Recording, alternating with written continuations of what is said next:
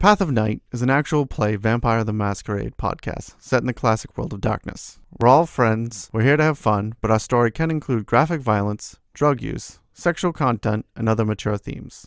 We've talked at our table about safety, comfort, and consent, both as players and storytellers. We know what to expect, we're all excited to be here, and we want you to feel the same. So listener discretion is advised. Now let's walk the Path of Night.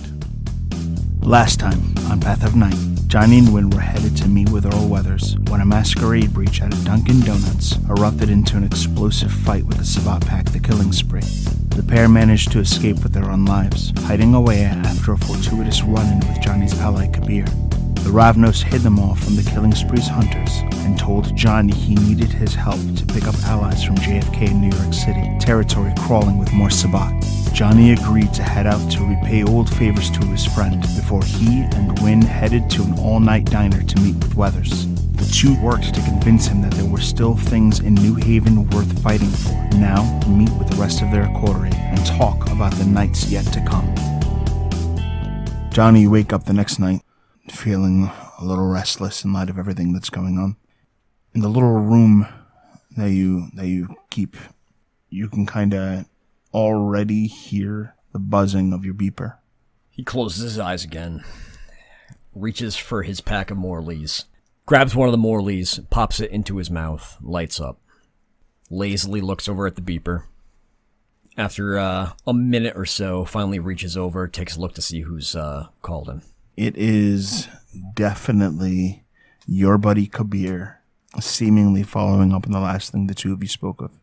Johnny takes a few minutes to get himself ready, geared up, puts on his leather jacket, makes sure he's got keys for his vehicle, his beeper, a couple extra packs of cigarettes, grabs a little bag where he stuffs the matte black axe, maybe a random firearm, just a few essentials that he needs. And then heads out, goes upstairs to the Sherwood, grabs a seat at the bar, puts the bag on top of the bar in front of him, and then when the bartender comes over, just asks if he can borrow the phone. It's a bit of the older crowd that's there tonight. People quiet, morose expressions, drinking their lives away. Bartender approaches and offers you their cordless phone. Johnny dials in the number to call back for Kabir and waits for somebody to pick up. It's not long before there's an answer. Johnny. How's it going, Kabir? It's going very well, my friend. I need you to perform a bit of a road trip to New York. That thing you were talking about the other night? Yes, very much so. I must warn you that the people that we are making contact with, I don't know that I completely trust them, but they are my friends. So long as you are careful and, do that Johnny thing that you do if things go wrong, I see no reason that things will not go smoothly. You can't see the expression on my face right now, but it's not pleased. Actually, when I close my eyes, my friend, I see it just fine. Either way, why don't you trust these people? Johnny, I don't. You're not supposed to trust anybody in this business. The only person in the entire world I trust, my friend, is just you. All right, well, it's because we are so close. So you mentioned that there were assassins involved here? Did I?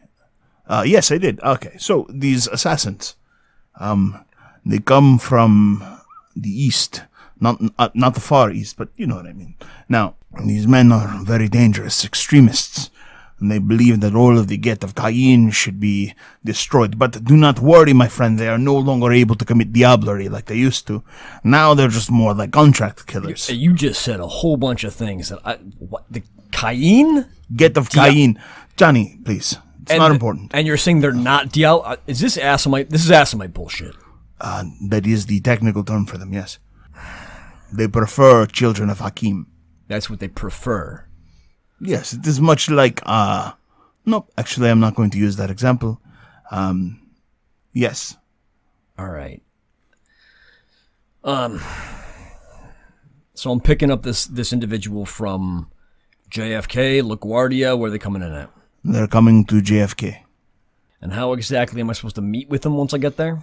I have a vehicle for you. You're simply going to send out, hold a sign. There is something of a code that my friend and I use.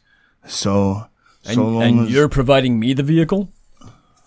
Johnny, of course. What kind of wood panel piece of shit did you find me? Perhaps providing you the vehicle is a bit of a strong term. I'm going to give you some money, and then you can use whatever vehicle you want from your share. All right. Why do I not trust a bag of money that you're giving me? Because you are a fool, Johnny. A fool with morals. It is a bag of money. All right, Kabir. All right. So I'm going to give you $10,000. Use what you need from this to get what you want, but understand that you are cutting into your share. $10,000, Johnny. American.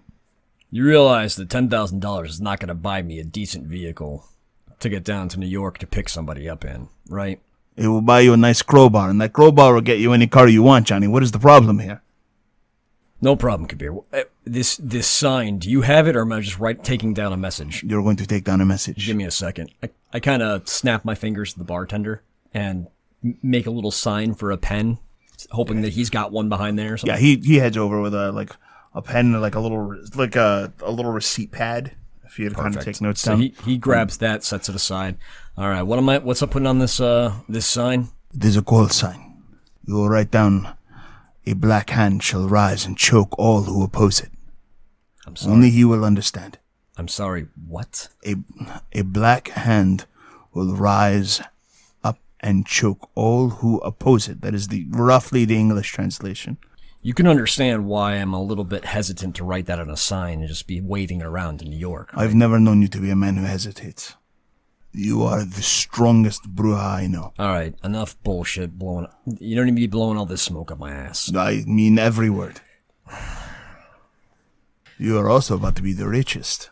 I think you greatly overestimate $10,000 and how far it stretches. For a foolish man, $10,000 is a night of fun.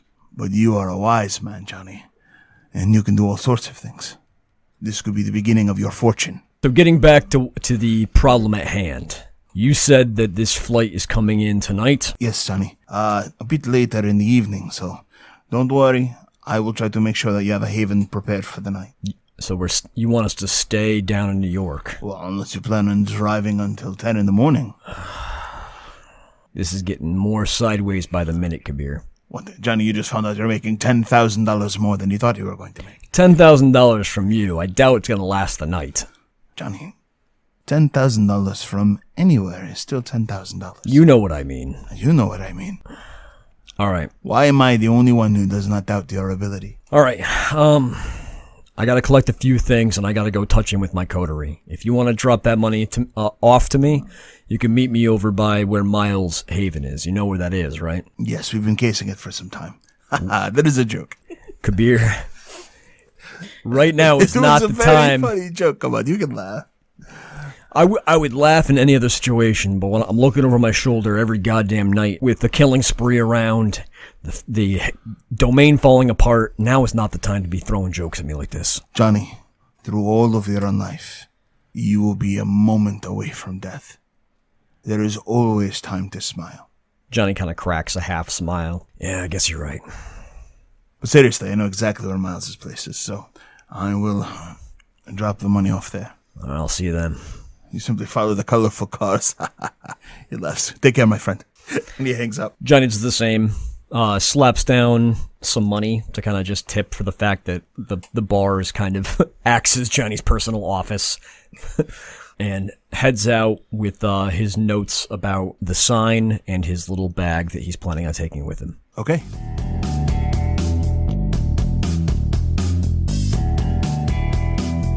We will actually cut to Miles. There's a knock at your door as you're getting ready to start up your evening. Your manservant answers. I was going to say, I don't answer my own door. And shortly thereafter returns to you perplexed. Who is it, Marcos? I'm not entirely sure. But he did drop this off with a note for Johnny. And he holds up an old Navy shopping bag. And when he opens it up, it is completely filled with cash. Just fat stacks of, like, smelly, dirty money. That is the first time I've ever seen money needed to be actually laundered. Very good, sir.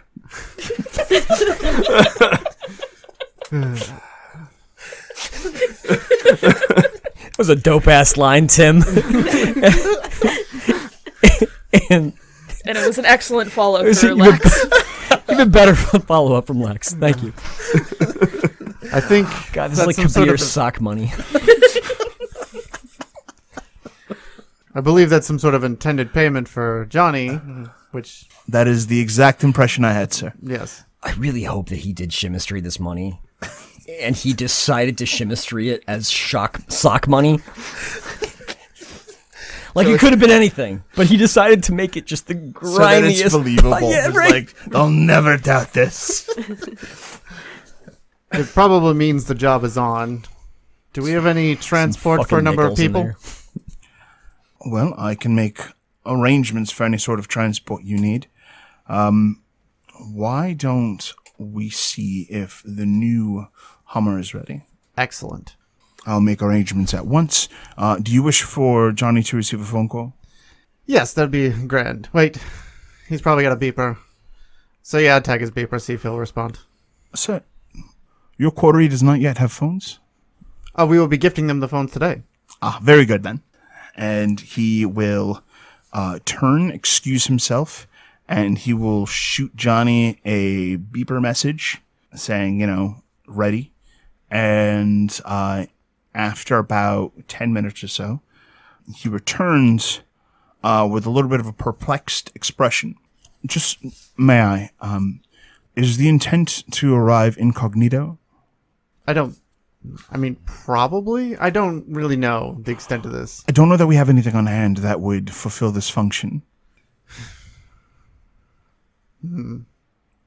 Anything we could procure or borrow? Yes, of course. This might be time for one of those oversized, ugly, black SUV deals. Perhaps we should ask Johnny what he prefers? Fine. He kind of pauses when you give a negative response.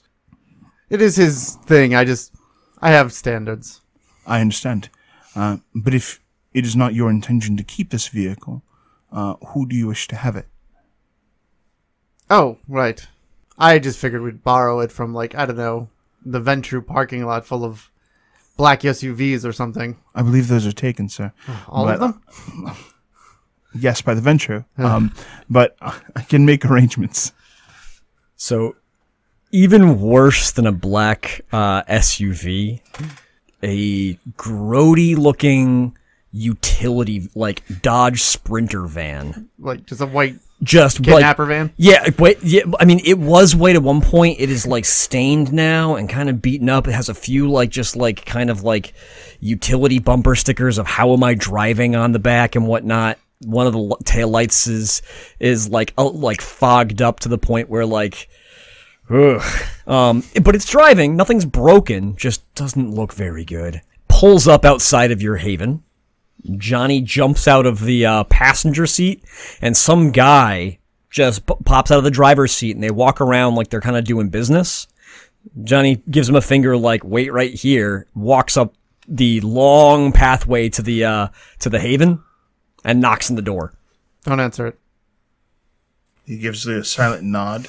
And slowly draws a revolver. No, different scenario. It's mostly because that machine is an insult.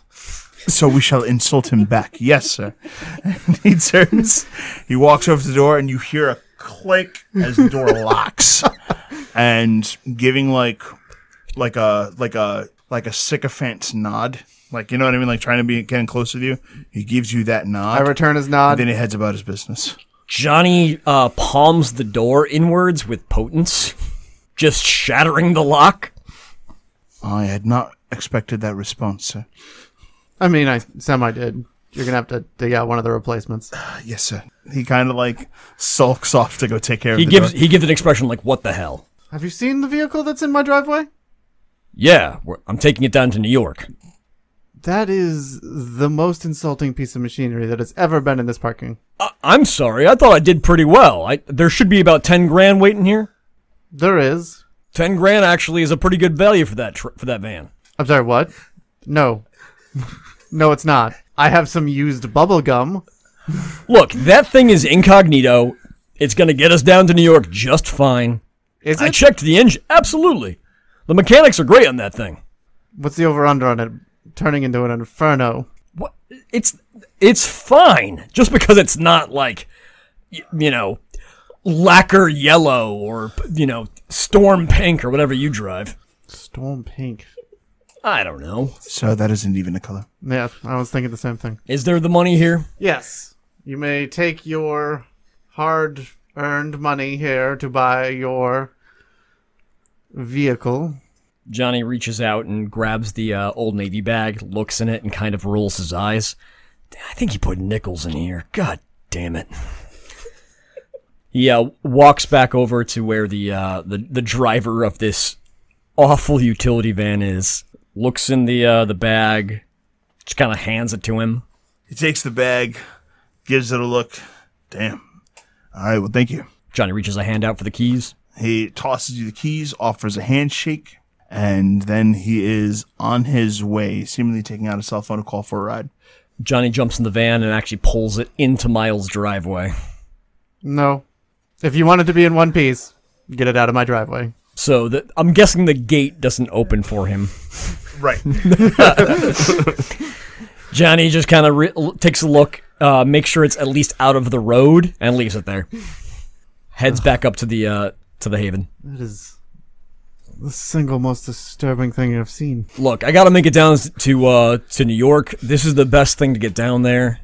We might have some heat on the way there. Honestly, I might appreciate having the rest of the coterie with me for this pickup. Very good. I was thinking that we should probably all go anyways, since who knows what's going to be down there. Hey, look at that. You and I are agreeing for once. Maybe tonight won't be so bad after all. Johnny kind of pushes past in kind of a flippant way, like he maybe just didn't completely mean the good sentiments, and heads indoors. Miles' ghoul looks at him, gestures to his revolver. I whisper quietly to Marcos. I'm like, we could always have the police called and have it towed out of here. Yes, sir. No, don't. Oh, that was a joke. Yes. Of course. Good one, sir. Marcos. Yes. Put it on a schedule. We need to talk when I get back to. Of course. When would you like it scheduled for? The next available night once we get back. So it'd be sometime tomorrow, the day after. First thing. Very well. I will do so. Otherwise, prepare the gear. I think we'll be moving out. I will prepare your equipment at once. Thank you. He turns and sets about to do that.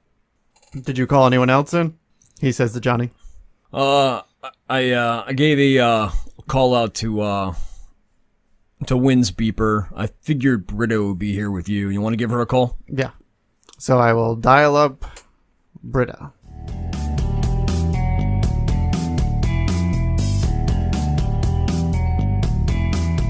I figure cell phones used to have like charms on them, right? They can, yes. The flip ones, they'd have like one off the end. What? They definitely can. Actually, they still do in Japan. It's a big thing. Okay. Because I figure Britta would have one of those like flip phones that would have the charm stingling off the end.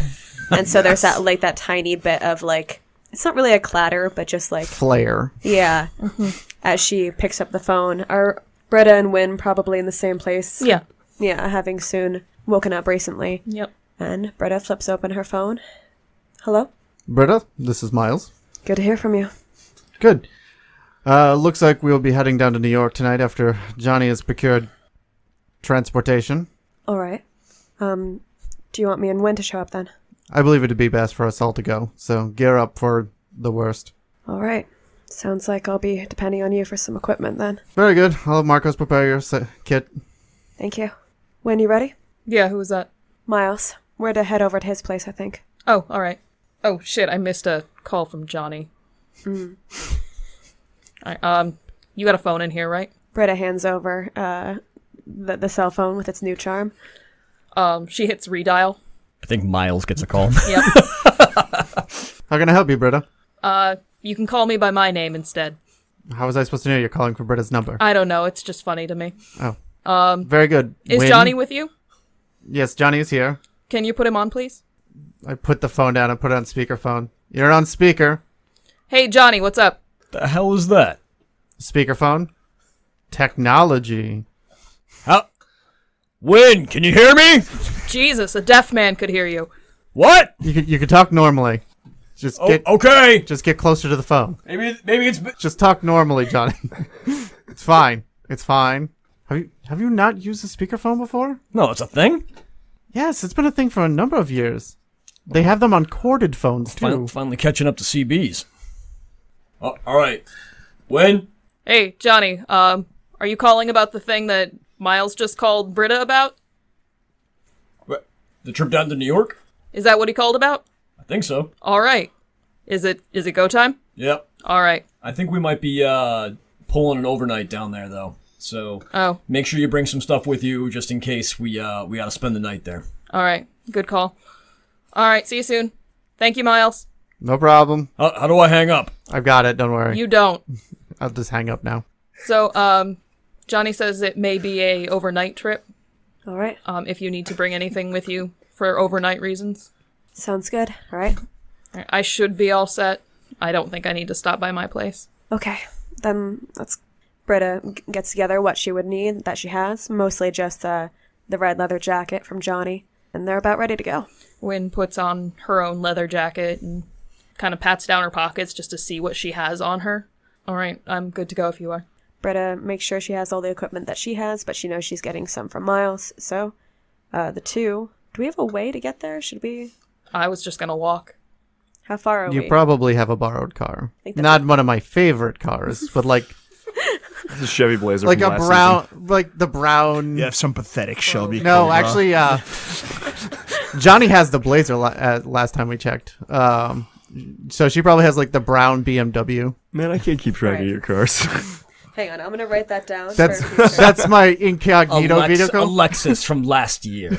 In a standard color. What is this garbage? All right, and do you need a I had to point? buy it You from just a need the point if used it's in lot. manual, right? Can you drive normally if it's automatic, or do you need it just for manual? How does that work? If it is automatic, sorry, if it's manual, you need to at least drive one. Okay. Is it automatic or manual? Do you have more than one drive? It's never been fully discovered in character. Let's go with automatic then, because we assume nothing about what you know. To be fair, I think Britta's got to drive I think 5. at this point in the 90s, most luxury cars were just automatic. Okay. It was an aspect of being automatic. That was considered honestly, for like late 80s to like the mid 90s, it was Unless they're specifically like sports performance cars. right. But Right. yeah, I think most of the sports cars were like nice luxury vehicles were like automatic Automatics. was Yeah. that was a Right. feature. Cool. Then Britta and Wynn are going to get in the car and head on over. All right. The two of you rendezvous back at Miles's place. Is there an ice cream truck parked in front of Miles' house? Our ice cream truck's supposed to be that beat up. Oh no, that's a kidnapping van. I hope everything's all right. We could go check.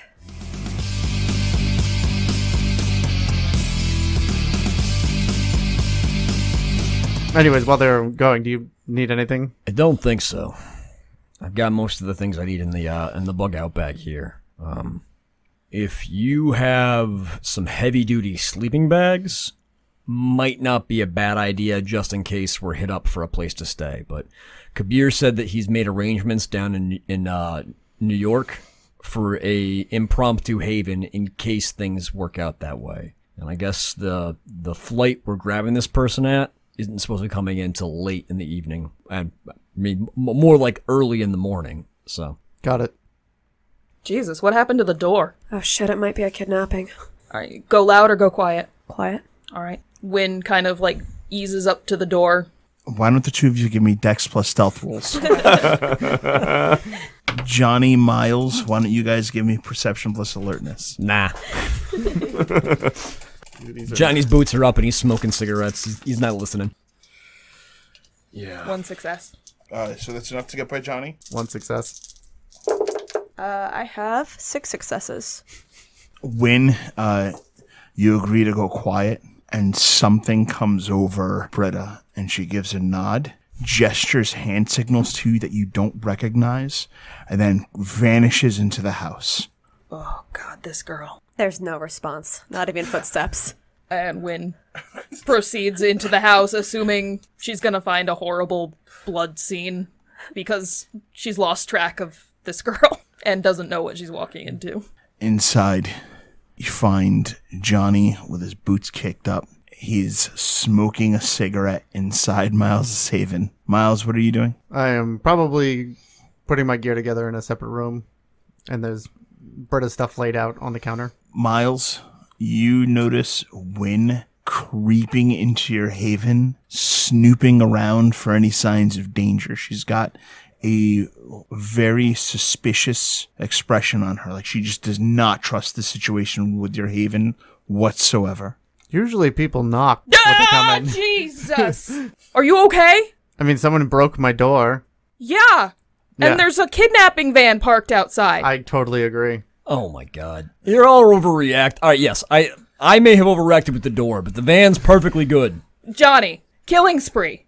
In the area, door is busted in, kidnapping van. Marcos locked me out, purposely.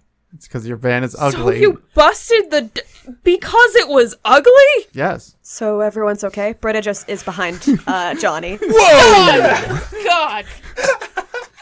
Oh, I miss Neil. I'm so proud of Did you. you learn obfuscate? What? I can't do that. Can she obfuscate?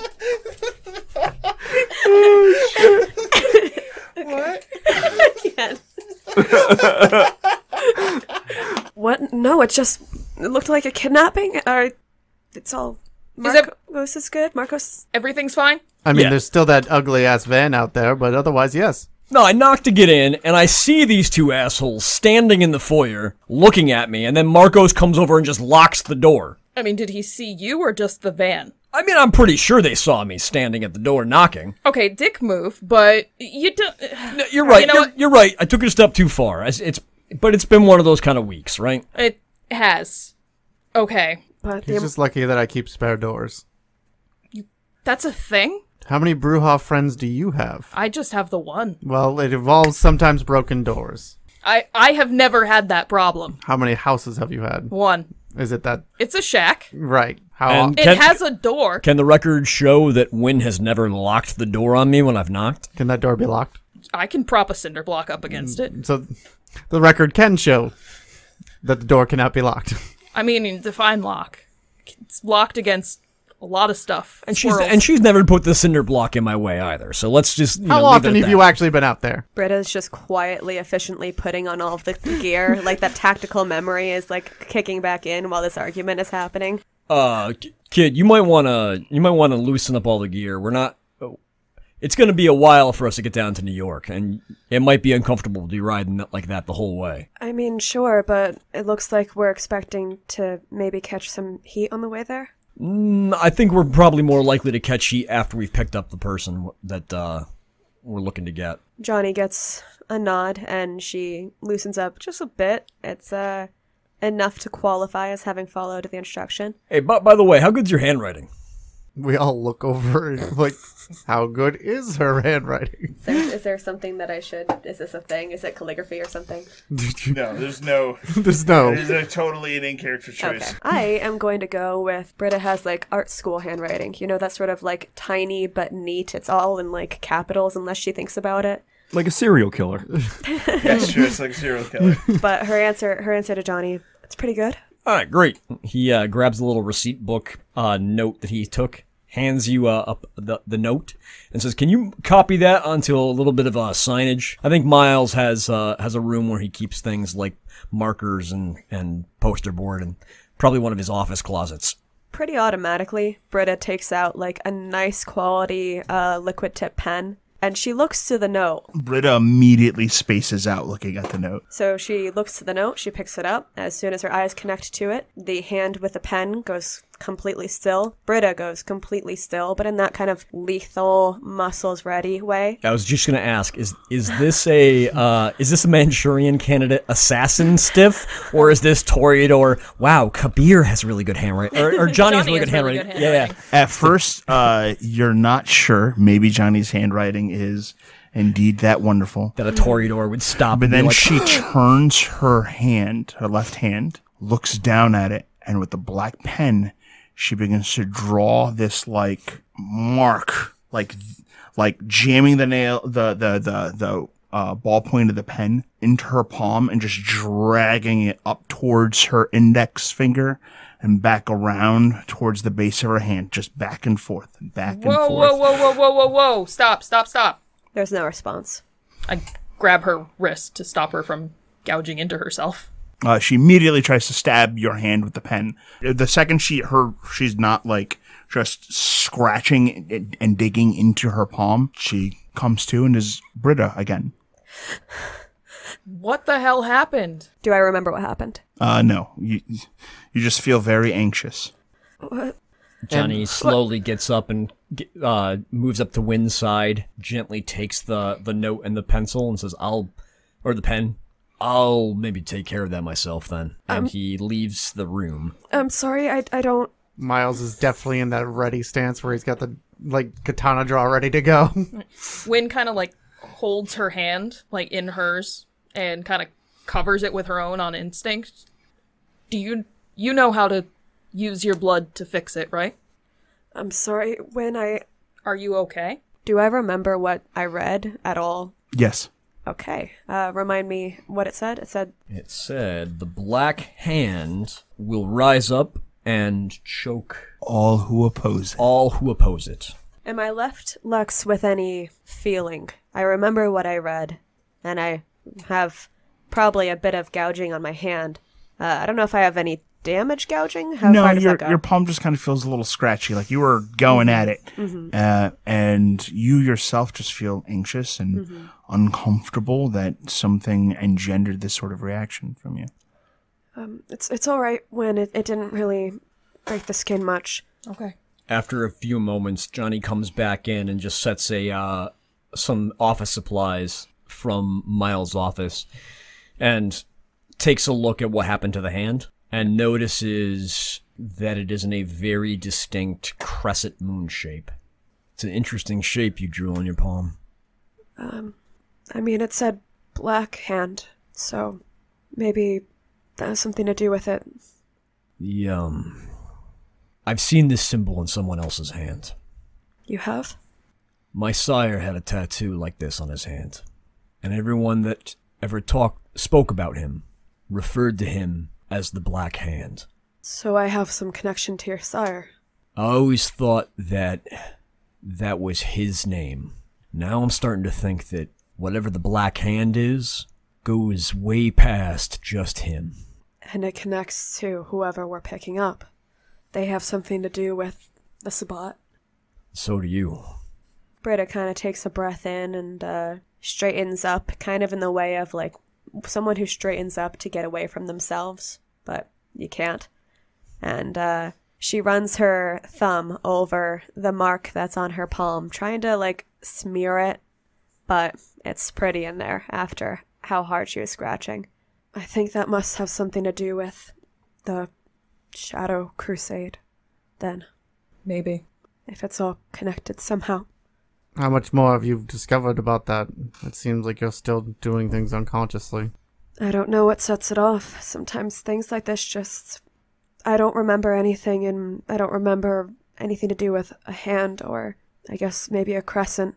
It doesn't ring a bell with anything else that has popped up for me. We need to get this under control. I don't think you should be armed coming down on this ride with us. Okay. I think any weapons that you're gonna have are gonna be in the care of Miles, and you gotta ask him to give them to you. Britta kind of stares forward, but after a moment of that emotion underneath the surface, she takes the gun that she was provided, flips it around, and hands it over to Miles.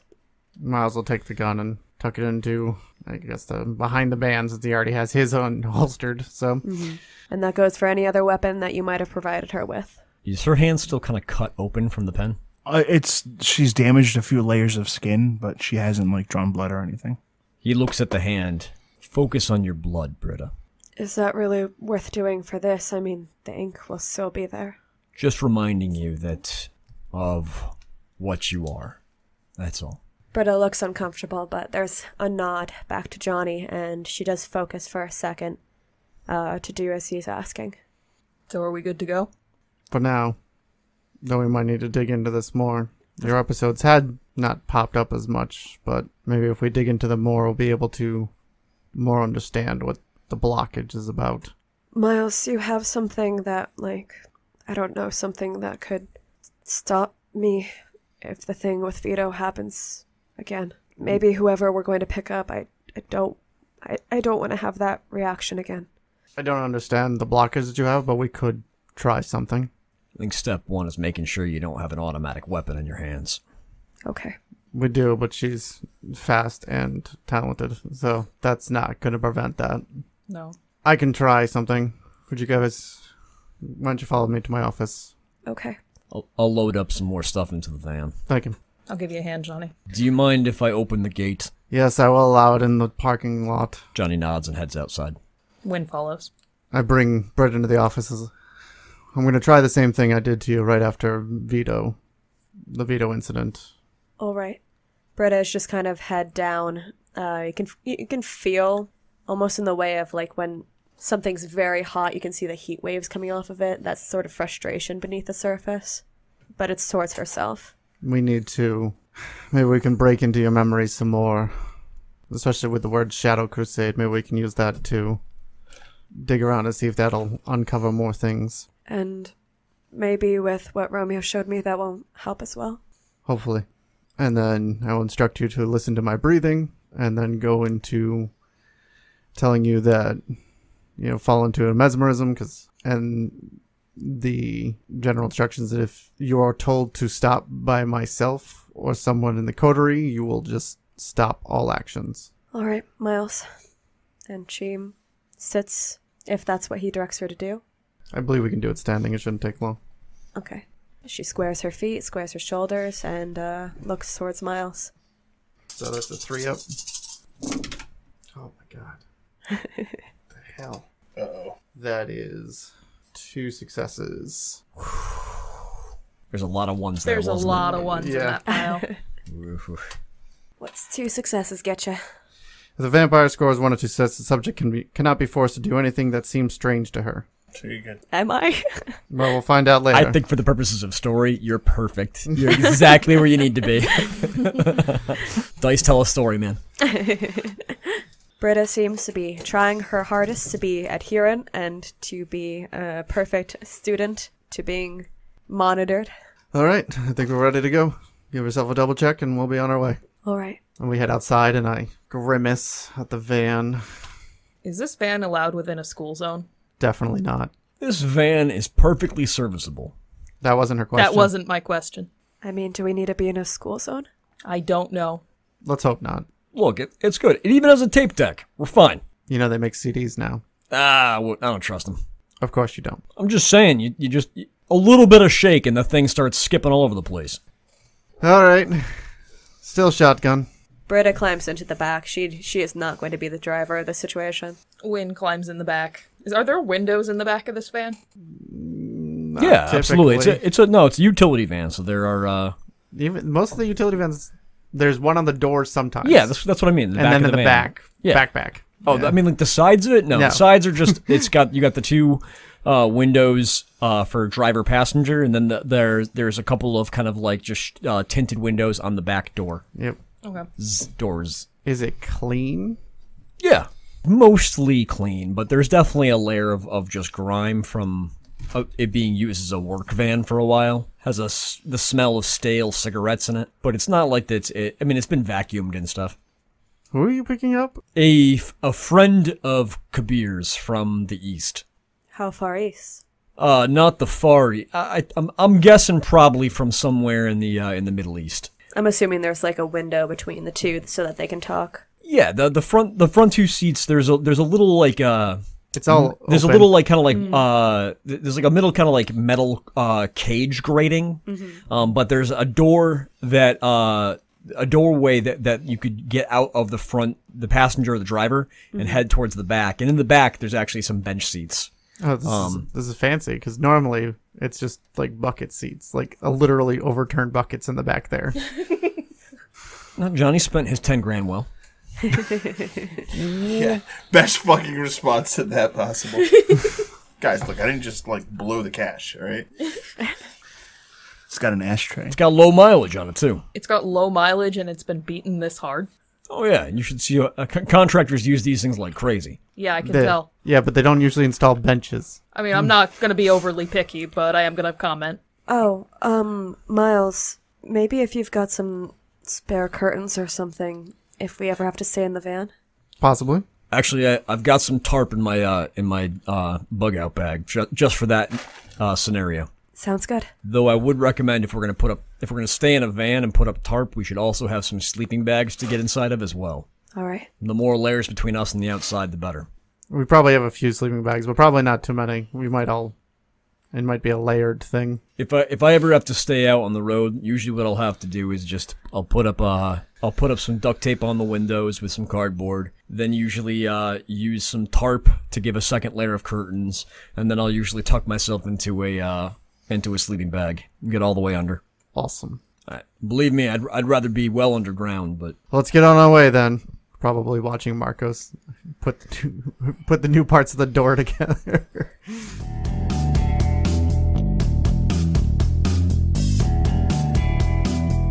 So the group of you are just about ready to head out. There is a knock at the doorway. Miles, when you turn to look, you actually recognize your sire. And not only is your sire present, but there is a woman who is with him. And she is dressed in these very, very tight leather pants, knee-high boots. Is there enough varies there? What looks like a corset, maybe. And she has a long coat that she wears over it. She has dark, very like a dark chocolate colored hair that's kind of in curls that kind of like fall around her face. She looks like that container with strange knives would look good on her. I'm getting the picture. Sire, this is unexpected. I'm afraid it will also have to be short-lived. I'm here for one of the packages that was left with you. I assume it would be the third package? Yes, Miles, the third package. Yes. Well, I didn't know if you wanted any of the other guns or anything at this point. No, please retrieve the third package, Right. please. Wynn just makes herself very scarce. She just hops in the van. Britta's curious. She's got an eye out. I love that one's not too heavy, if I remember correctly. No, it actually looks to be like it was gear for one person. Right. It was like an assassin's. So I'll go pull it out of the personal stash place Okay. and bring it out myself. Your sire turns to this woman and says to her, "My child will accommodate any of your needs. I must get going. Good luck." She gives him a nod and he heads off. And she turns and looks at you. Good evening. I'm going to need a car. What kind of car? The best one you have. question, does Britta need to make a check looking at this woman? Oh my god, yes. I mean, she had to make a check looking at her corset in a box. Yeah. Well, she's not wearing her corset. She's wearing a different What's one. my check? What's my check? You're going to roll self-control diff 7. Did you guys replace those silver knives? No. I think I lost a couple of them. The remaining ones are in my bug out. I replaced And the they one are- that I put in there. They are grimy. I put the one that I had back. Yeah. They got a layer of Brujah on them. Yeah, nobody wants that. No successes. Okay. Miles, while you head off to retrieve, you just kind of notice Britta very, awkwardly ogling this stranger that's at your haven. With the sweet moon drawn on her palm. I'm going to maneuver her to, I don't know, ogle from some other direction. Unaware of your presence. Right. Britta kind of, hushes you, pushes an index finger to your lips and just keeps staring. The woman, whoever this person is, does not seem to have noticed that anything unusual is happening and is simply politely waiting for you to get her stuff. Well, here's your stuff. And what kind of situation would you need this car for? I have cars for different situations. I'll be using it for driving. Get me the best car you have. And she starts opening it up to collect her stuff. Give her the Lambo. No. She God, said, no. best car you have. Yeah, but then she said driving, so she obviously doesn't know what that means. Oh, boy. Can I see Britta?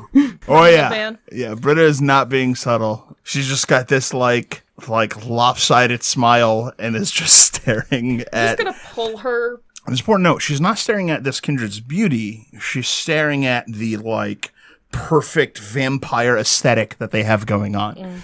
Just gonna back her up so she's standing behind one of the tinted windows Marcos. while she's staring, so she can still stare, but she's not super obvious about it. Marcos, is the Ferrari back? Yes, it is. Very good. Let Miss Lucita. Oh, shit. Miss Lucita, please give her the keys to that. He turns and he gives her the keys. The woman kind of like raises an eyebrow and looks at you. Their weapon's missing. Oh, that's my fault. Johnny pipes up.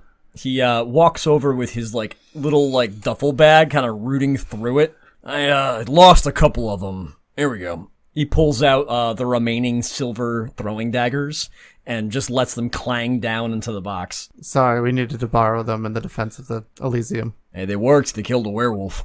That's the point. she very in a very professional manner, quickly cleans off the weapons, puts them away. She stands up, cracks a smile to you. Thank you. Where is the car? It'll be out in the garage. Great. Marcos can bring you there if you'd like. Perfect. And she kind of like makes a face noticing a note that's been left for her and doesn't pick it up. She just heads off to go collect the car. I believe that note's for you. I know. Should I? No. And she just goes. Man, she's out of your sire's league. Britta has like an elbow set into the corner of the window and like looks like disappointed when she can no longer stare as she disappears. Did she leave anything behind or did she take the whole kit? Was that the entire kit was for her? Okay. I wasn't sure if she'd like left stuff behind or no, but she like loads some of the extra stuff into like this go bag. Gotcha. And she is escorted off by Marcos, who kind of comes back with like a stupid, like kind of lopsided smile. And you then hear the purr of your car. And rather recklessly, she speeds off onto the road. Does he hear the purr of the Ferrari? Yes. Okay. It's the midnight blue Ferrari will serve her well. You hear like a bit of a noise when she hits the curb with it, and she just takes off. I assume she'll be putting it to good use. That car is gonna have so many stories. Yes. It's a good car. I hope it stays Miles, in your phone rings. one piece. It's very busy tonight. You sure you want to go on this trip with us? Hold on 1 second. Answer the phone. It's your sire. Did she get the note? She did see the note. Good. He hangs up. Buddy, you owe me. No, we should be good. I don't think anybody will be returning tonight. It was odd that I didn't get a call ahead of time. Maybe he didn't. Anyways, let's go. I've had enough of this. Let's also not get any more fights with werewolves, because that was all the silver we had. I'm working on that. Britta finally looks up from the window as the last trace of the car disappears and tags back into the conversation. Enjoying the view? Yeah. I mean, well, yeah. I'm just fucking with you, kid. She's just really... Yeah, get in the car, child. By the way, since we're road tripping, I also grabbed some extra tapes for you guys. Oh, Obviously, we're going to be starting out with some Power Slave for me, but after that, I got some, I figure maybe Jethro Tull for you, Wynn? Oh, hell yeah. Right on. Miles, I was figuring maybe, I mean, you like all that weird kind of synthy 80s stuff, so... I like many things. Well, I'm going for, what is this, Hungry Like a Wolf, That would be Duran Duran. Yeah, there you go. That seemed kind of fancy enough for you, right? Fantastic. And, Britta, I have no idea what you listen to, so I got just, what the kids are listening to these days, some Spice Girls or something. I remember them. All right, pack in, guys. Maiden's on first. Power Slave of all the albums. Britta's just really excited that Johnny said a name that she actually, managed to recheck out. So the group of you ride out. You know, at first, the van is kind of crummy. And by that I mean it's got dust, has layers of crumbs, has pieces of wrappers and little things here and there that are stuck into parts of the windows. And is just grimy in general. Air There's even like conditioning smells like mildew. yeah, and like there's definitely like a pool of like some dried chemical on like the back floor somewhere. But between the music and one another's company, you find yourself starting to have a good time. Path of Night is an actual play Vampire the Masquerade podcast set in the classic world of darkness. Britta Ashcroft the Toreador was played by Rebecca Steigelfest. Johnny Saxon the Brujah was played by Garrett Gabbey. Miles Davenport the Ventrue was played by Tim Davis. Neil Foster the Malkavian was played by Rob Muirhead. Wynn Cabot the Gangrel was played by Erika Webb. Your storyteller was Lex Lopez. Recording by Rebecca Steigelfest. This episode was edited by Rob Muirhead. The music used in this episode was January Grunge Love Fest by Technoaxe. Visit them online at technoaxe.com. Path of Night uses the 20th anniversary edition rule set of Vampire the Masquerade with a few limited house rules. Vampire the Masquerade is owned by Paradox Interactive. Make sure to subscribe to us wherever you get your podcasts. Follow us on Twitter at Path of Night Pod, on Facebook at facebook.com/Path of Night Podcast, or email us at pathofnightpodcast@gmail.com. See you next time, Kindred.